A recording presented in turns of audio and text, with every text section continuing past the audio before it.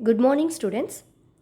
In your previous session, you have learnt about how to insert rational numbers between given two rational numbers. Today, let us learn more about them. Find a rational number between 1 by 5 and 2 by 3. 1 by 5, 2 by 3. Here the denominators are 5 and 3. The common denominator that can be written for both of these is 15. So, 1 by 5 multiplied with 3 by 3 gives you 3 by 15. 2 by 3 when multiplied with 5 by 5 gives you 10 by 15. Therefore, the rational numbers lying between 1 by 5 and 2 by 3 are 4 by 15, 5 by 15, 6 by 15, 7 by 15, 8 by 15 and 9 by 15. Any of these can be written as a rational number which lies between 1 by 5 and 2 by 3. You can also find the same using mean method. A rational number lying between 1 by 5 and 2 by 3 is 1 by 2 of 1 by 5 and 2 by 3. Take LCM for the ones in the brackets, you get 13 by 15. And 13 by 15 multiplied with 1 by 2 gives you 13 by 30. So, 13 by 30 is also a rational number which lies between 1 by 5 and 2 by 3. Rational numbers can also be expressed in the form of decimal fractions. These rational numbers, when you are converting into decimal fractions, they can be both terminating and non-terminating decimals. Terminating means the division ends where you get the remainder 0. And non-terminating means the division never ends. You go on getting the decimals. Let us learn these. Terminating decimals. Terminating decimals are those numbers which come to an end after few repetitions after decimal point. Example 0.5, 2.456, 123.456, etc. Where you can see the remainder becomes 0 once you start dividing the fraction to convert into decimals. Let us look at the example 7 by 20. 7 by 20 is a fraction or a rational number which can be converted into a decimal. When 7 is divided with 20 and you go on doing the division, you get 0.35 where the remainder becomes 0. So, 7 by 20 in decimal form is 0.35. As the remainder is 0 and the division has become to an end, stopped, you can say that 0.35 is a terminating decimal. Division stopped. Terminate means to stop.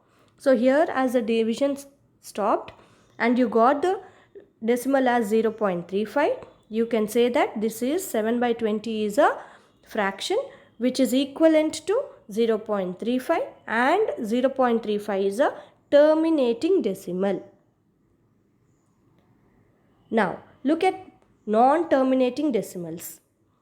These decimals keep on continuing after decimal point. They go on forever.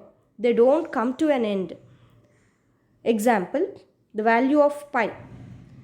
You all know what is the value of pi. It is 22 by 7. Now, when you divide 22 by 7, you get 3.14159, so on. It continues. The division never comes to an end. So, this is an example of non-terminating decimal. If the division never ends and you go on getting digits after the decimal point, then such a decimal is called non-terminating decimals. Look at the example 11 by 9.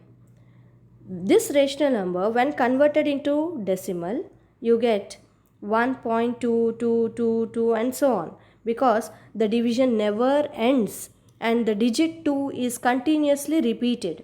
So, when the digit 2 is continuously repeated, you can write it as 1.2 bar. A line drawn on the digit 2 means bar. You have to read it as bar. It shows that that particular digit is continuously repeating. So, 11.9 is equivalent to the decimal 1.2 bar. On the top of the digit, if the bar is written, it means that only that particular digit is repeated. Suppose I write 1.23 and the bar is written on the digits 2 and 3, then that means 23 is a digit, are the digits which are continuously repeating. So 11 by 9 is equivalent to 1.2 bar. So rational numbers can be expressed as decimals also. Look at this example, minus 3.2. If it is written as a fraction, you get minus 3 2 by 10 in the form of mixed fraction, and it is a terminating decimal. Whereas 0.13 bar, it is written as a fraction as 2 by 15. When you divide 2 by 15, you get 0.13333 and so on. The digit 3 gets continuously repeated. So a bar is placed on the digit 3. It is written read as 0.13 bar, and it is a repeating decimal or non-terminating decimal.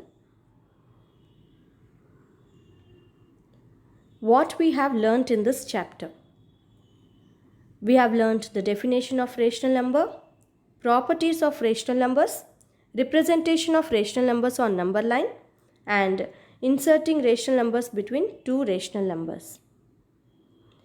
We have come to the end of this chapter. I hope everybody has understood the topic. Please go through the videos carefully and learn how to solve these sums.